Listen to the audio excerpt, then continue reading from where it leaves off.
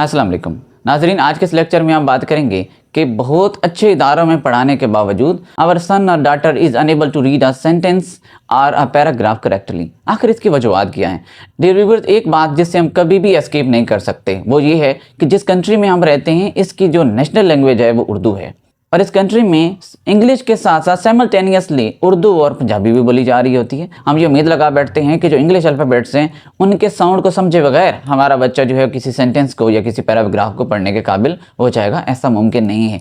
ये कभी भी मुमकिन नहीं हो सकता कि एक बच्चे को इंग्लिश अल्फ़ाबेट्स और उनके साउंड्स का भी ना पता हो और वो एक सेंटेंस को या एक पैराग्राफ को करेक्टली रीड कर सके या उसकी प्रोनाउंसिएशन ठीक हो। तो आज के इस लेक्चर में है तमाम अल्फ़ाबेट्स और उनके उर्दू में साउंड्स क्या क्या होते हैं वो हम देखेंगे। सबसे पहले हम बात करते हैं अल्फ़ाबेट ए की। जो ए अल्फ़ाबेट है हमारा, ये अलिफ की भी साउंड देता है और आइन की भी साउंड देता है। अगर हमने अली लिखना हो तो यहाँ पे जो पहला अल्फ़ाबेट ए आ रहा है तो ये आइन की आवाज़ दे रहा है।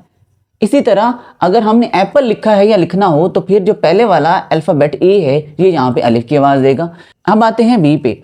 बी जो है ये बे की आवाज़ देता है। जैसे हमने बैट लिखना हो या बॉल लिखना हो तो ये जो पहले अल्फ़ाबेट्स बी आ रहे हैं, ये इधर भी बी है और इधर भी बी है, तो ये बे की आवाज़ दे रहे हैं। अब आते हैं सी पे। ये सीन की आवाज़ भी देता है, काफ की आवाज़ भी देता है। सी वाले वर्ड में जो सी वाला अल्फ़ाबेट आ रहा है ये यहाँ पे सीन की आवाज़ दे रहा है। अगले वाले वर्ड यानी जो कैट हमने लिखा है इसमें जो सी वाला वर्ड है ये काफ की आवाज़ दे रहा है। जैसे CAT कैट है, तो कैट जब हमने उर्दू में लिखना हो तो वो काफ से शुरू होता है, तो मतलब यहाँ पे जो सी वाला अल्फ़ाबेट है ये काफ की आवाज़ दे रहा है। आगे आते हैं डी पे। जो डी है इसके दो साउंड्स होते हैं, दाल का साउंड भी है और डाल का साउंड भी है। जैसे हमने दीवान लिखना हो तो यहाँ पे दाल का साउंड दे रहा है। अगर हमने डॉक्टर लिखना हो तो ये जो अल्फ़ाबेट डी है ये यहाँ पे डाल की आवाज़ दे रहा है। अब आते हैं ई पे। ई ये छोटी का साउंड भी देता है, ई वाला साउंड भी है और या वाला साउंड भी है। जैसे हमने बेड लिखना हो तो यहाँ पे जो ई अल्फ़ाबेट है ये या की आवाज़ दे रहा है। और इसी तरह अगर हमने फयांसी लिखना हो तो ये आखिर पे जो ई आ रहा है ये छोटी की साउंड दे रहा है। एफ का एक ही उर्दू में साउंड है और वो है फे। जैसे हमने फैन लिखना हो तो फिर ये FAN फैन, तो एफ जो है ये फे की आवाज़ दे रहा है। अब आते हैं जी पे। जी गाफ की आवाज़ भी देता है और जीम की आवाज़ भी देता है। जैसे हमने गोट लिखना हो तो यहाँ पे गाफ का साउंड है, जैसे ऊपर मैंने लिख दिया है।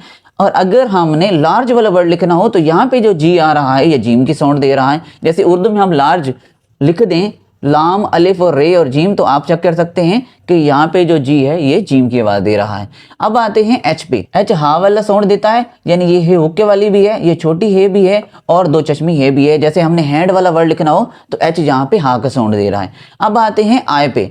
आई जो है अलिफ का साउंड भी देता है, ये छोटी का साउंड भी देता है और आइन का साउंड भी देता है। जैसे हमने लाइट वाला वर्ड लिखना हो तो यहाँ पे जो आई है यहाँ पे अलिफ का दे रहा है साउंड। इसी तरह हमने सिट वाला वर्ड लिखना हो तो यहाँ पे या का साउंड दे रहा है, यानी ये छोटी का। और अगर हमने इरफान लिखना हो तो यहाँ पे आइन का साउंड दे रहा है। अब आते हैं जे पे। जे का एक ही साउंड है उर्दू में और वो है जीम। जैसे हमने जंप लिखना हो तो JUMP जंप, तो जे वाला जो वर्ड है यहाँ पे जीम का साउंड दे रहा है। इसी तरह हम जग भी लिखना चाहें तो JUG जग है, तो फिर जे जो है वो जीम का साउंड देगा। अब आते हैं के पे। के का काफ वाला साउंड है उर्दू में, और जैसे हमने काइट लिखना हो तो KITE काइट, तो यहाँ पे जो के अल्फ़ाबेट है ये काफ का साउंड दे रहा है। अब आते हैं एल पे। एल जो है एक ही उर्दू में साउंड देता है, वो है लाम का। जैसे लैंप हमने लिखा है या लायन लिखा है। नेक्स्ट अल्फ़ाबेट है एम। जो एम है ये मीम का साउंड देता है, जैसे हमने मून लिखा है। इसी तरह मुस्लिम वाले वर्ड में भी जो एम अल्फ़ाबेट है ये मीम का साउंड दे रहा है। अब आते हैं एन पे। एन जो है ये नून का साउंड देता है। जैसे हमने नेम लिखना हो तो जो एन वाला अल्फ़ाबेट है ये नून का साउंड दे रहा है। अब आते हैं ओ पे। ओ जो है ये वाव का साउंड भी देता है, ओ का साउंड भी देता है और कभी कभी अलिफ का साउंड भी देता है। जैसे मैंने वर्ड लिखा है ऑक्सन या इसी तरह मैंगो। अब देखिएगा जो मैंगो है जी के बाद ओ जो यहाँ पे आ रहा है ये वाव का साउंड दे रहा है। Next is P. पी जो है ये पे वाला साउंड देता है। जैसे हमने PN लिखा है, यहाँ पे जो पी वाला अल्फ़ाबेट है ये पे का साउंड दे रहा है। अब आते हैं क्यू पे। क्यू जो है ये काफ वाला साउंड भी देता है और क्वाफ वाला साउंड भी देता है। जैसे हमने क्वीन लिखना हो तो ये काफ का साउंड देगा, और अगर हमने कायदे आज़म लिखना हो तो यहाँ पे क्वाफ का साउंड देगा। अब आते हैं आर पे। जो आर है इसके दो साउंड्स हैं, इसमें रे भी है और अड़े भी है। जैसे हमने रोज लिखना हो या हमने तारा लिखना हो, यहाँ पे जो आर है ये यहाँ पे रे का साउंड दे रहा है रोज में। या हम तारा लिखते हैं जो कि कास्ट है, तो यहाँ पे जो आखिर पे आ रहा है ये अड़े का साउंड दे रहा है। जो एस है इसके दो साउंड्स हैं, सीन भी है और स्वाद भी है। जैसे हमने सन लिखना हो तो यहाँ पे सीन का साउंड देगा, और अगर हमने सदफ वाला वर्ड लिखना हो तो यहाँ पे जो एस है ये स्वाद का साउंड देगा, क्योंकि जो उर्दू में हम सदफ लिखते हैं वो स्वाद के साथ लिखते हैं। Next alphabet is T. T के दो साउंड हैं, ये ता का साउंड भी देता है और टा का साउंड भी देता है। जैसे ताइब हमने लिखना हो तो यहाँ पे ते का साउंड होगा, अगर हमने ट्रीटमेंट वाला वर्ड लिखना हो तो यहाँ पे जो टी वाला अल्फाबेट है ये टे की साउंड दे रहा है। यू जो है ये छोटी का साउंड भी देता है, अलिफ का साउंड भी देता है और यू इटसेल्फ का भी साउंड देता है। जैसे हमने एक वर्ड यूनिट लिखना हो तो यहाँ पे या का साउंड देगा, और इसी तरह हमने अगर वर्ड अर्जेंट लिखना हो तो यहाँ पे अलिफ का साउंड देगा, जो हमने इधर बात की है। अब आते हैं वी पे। जैसे हमने एक वर्ड वायलेट लिखना हो तो यहाँ पे जो वी है वो वाव का साउंड दे रहा है। Next alphabet is W. W जो है ये भी वाव का साउंड देता है। जैसे हमने वाइट लिखना हो तो यहाँ पे जो डब्ल्यू अल्फाबेट है ये वाव का साउंड दे रहा है। एक्स पे आते हैं, जे का साउंड भी देता है, कस का साउंड भी देता है और शीन का साउंड भी कभी कभी देता है। जैसे हमने जार लिखना हो तो यहाँ पे जे का साउंड है। अगर हमने अल्लाह बख्श लिखना हो, you know it is a name, तो अल्लाह बख्श में जो बी यू एक्स है, यहाँ पे जो एक्स आखिर पे आ रहा है ये शीन का साउंड दे रहा है। अब आते हैं वाई पे के ऊपर। वाई के दो साउंड्स हैं, ये जो छोटी का साउंड भी देता है और ये बड़ी का साउंड भी देता है, जैसे हमने यॉक की बात की है।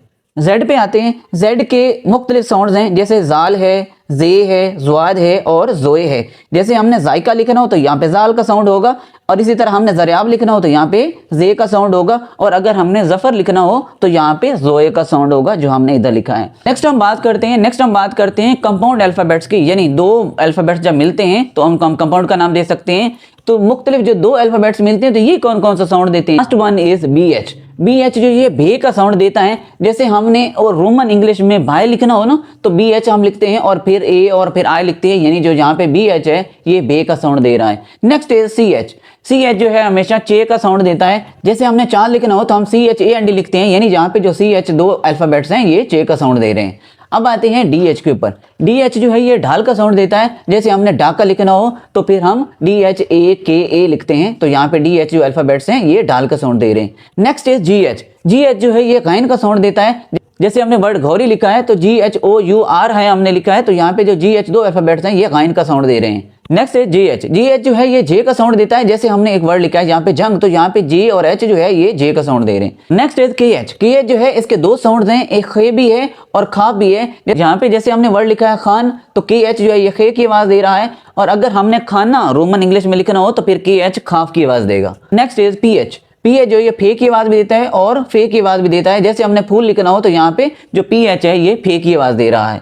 Last one is T H. T H जो है ये थे का साउंड देता है। जैसे हमने एक वर्ड यहाँ पे थल लिखा है, you know it is a desert, और इसके साथ जो हमने वर्ड टीथ लिखा है तो इसके आखिर पे जो टी एच आ रहे हैं ये था का साउंड दे रहे हैं। आई होप सो आज का ये लेक्चर आप लोगों के लिए बेनिफिशियल साबित होगा। And at the end of this video I request you to please like this video, share it and subscribe my channel. मिलते हैं नेक्स्ट वीडियो में, तब तक के लिए अल्लाह हाफिज़।